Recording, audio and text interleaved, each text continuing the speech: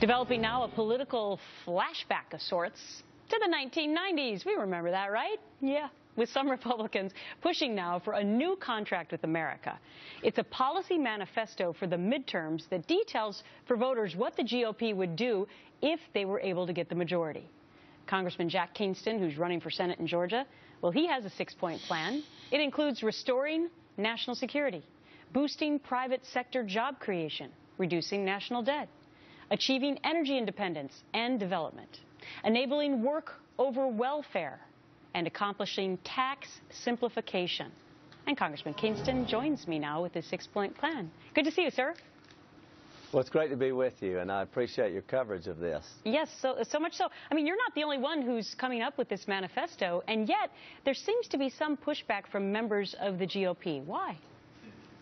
I'm not certain, but I can say this. I saw what Newt did. What he was able to do is get a divided conservative family together. He got the moderate New England Republicans on the same page with the southern social conservative Republicans and on the same page with the western libertarian Republicans. And right now, if you look at our party, you know, we have different factions and we have different levels of being conservative, but I think what we need to do is get behind a centralized platform. You know, and I want to go through some of the points, the 6 points that you have. I'm listening to you and I'm thinking to myself, this is, you know, a smart idea. Although Newt Gingrich himself has apparently come out now and said that he doesn't think that this manifesto, it's the right time and the place. What would you say back to him?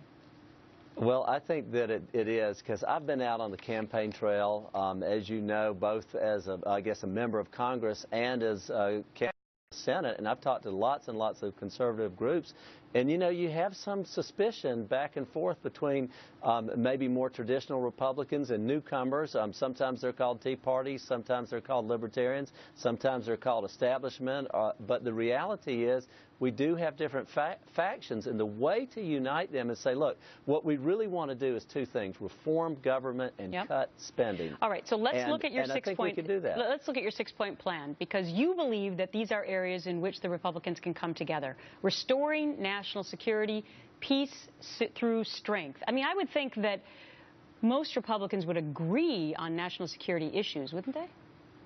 I think so, and what we have seen is the president gives lots of mixed signals, certainly has not put veterans or care of veterans high on his priority list, but that is an opportunity for us to do something good for the nation and, again, to bring conservatives together. And, you know, the president has been wishy-washy on foreign policy.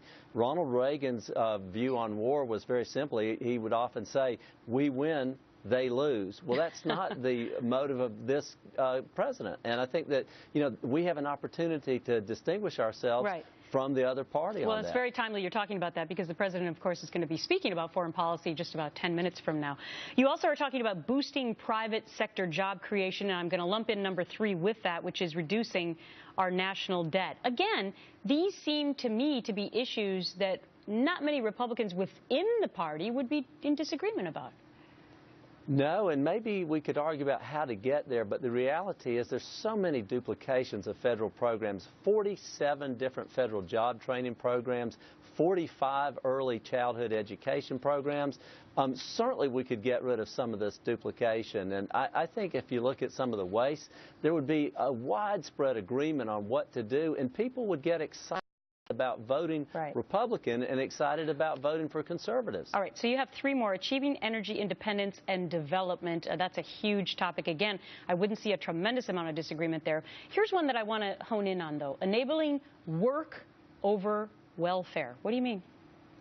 You know, part of the contract with America was welfare reform, and at the time there was something like 14 million people on welfare. We reduced that roll by about 9 million people. Now, I'm giving approximations, but the reality is some tough love out there, getting people out in the workplace again, was very beneficial to them and to the economy.